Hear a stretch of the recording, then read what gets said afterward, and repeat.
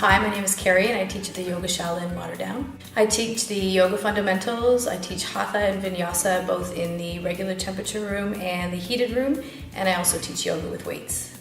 I like teaching the hatha flow class because it gives students an opportunity to move in a way that challenges their body and gives them an opportunity to move in different poses. I also teach the yoga with weights class, which is also a hatha flow class that adds the resistance of the weight as well, giving that little added benefit to the practice with that additional weight. So hatha flow class is good for all students, but also students who are looking to maybe step into something beyond what they are used to doing in a class where they're holding poses for a longer time. If they come to a hatha flow class, then they also get a chance to explore a little bit of the flow practice, and then preparing them perhaps to move into a vinyasa class as well. So yoga came into my life when I was looking for something as a counter to some of the really hard energetic things that I was involved in those practices. So a softening and also a slowing down. And when I first found yoga, I realized that I wasn't doing enough of the soft stuff and needed to do a little bit more of that. So the first class I actually attended was a hot class. So that was interesting for me in terms of a brand new practice, but in a heated room. And so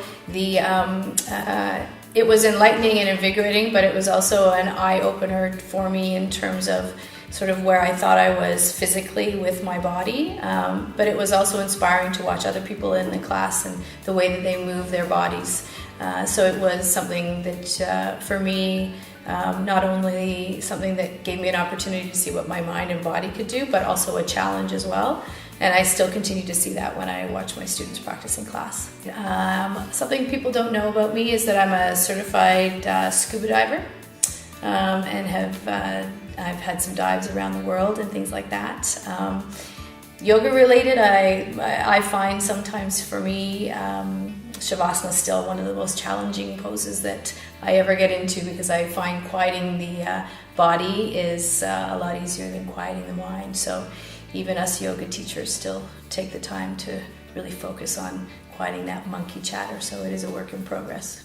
The yoga poses that I tend to be really drawn to are anything that provide a really nice release, especially for the areas that for me personally are tight in the body. So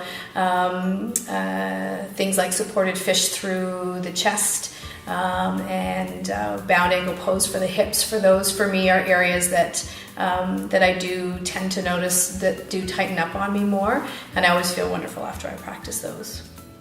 The sequence you're just about to look at is a sample of the flow that you would go through in a yoga with weights class. The class is Thursday evening at 6 p.m. Hope to see you there.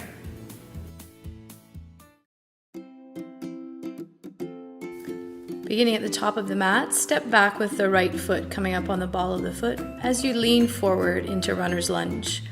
Extend the arms out, tricep kickbacks. Continue to breathe as you move through. And we'll extend the arms forward overhead. Take a breath, inhale, and exhale as you shift and come into warrior two.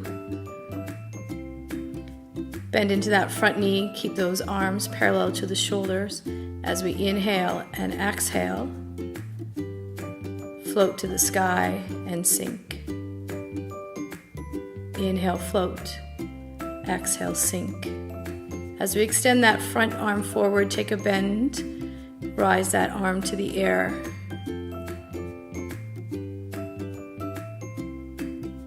Continue to breathe.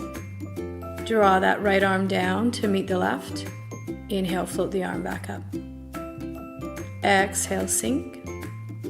Inhale, float. Exhale. Let the hand come to the sky. Come back into warrior two for a moment as you shift and then sink down into goddess pose. Let the arms float to the ceiling and then fall back down. Inhaling and exhaling.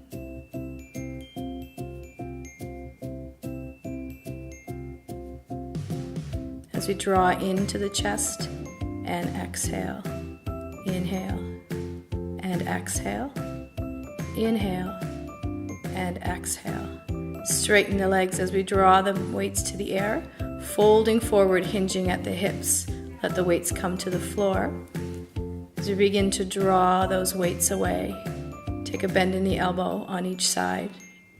Continue to breathe, inhaling and exhaling.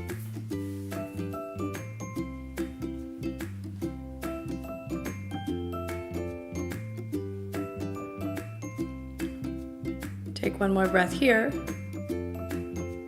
and exhale. Coming into a twist, bringing that weight into the air up and behind, and then coming back down to the earth. Same pattern, opposite side. As you twist and breathe, bring those weights back down to the floor.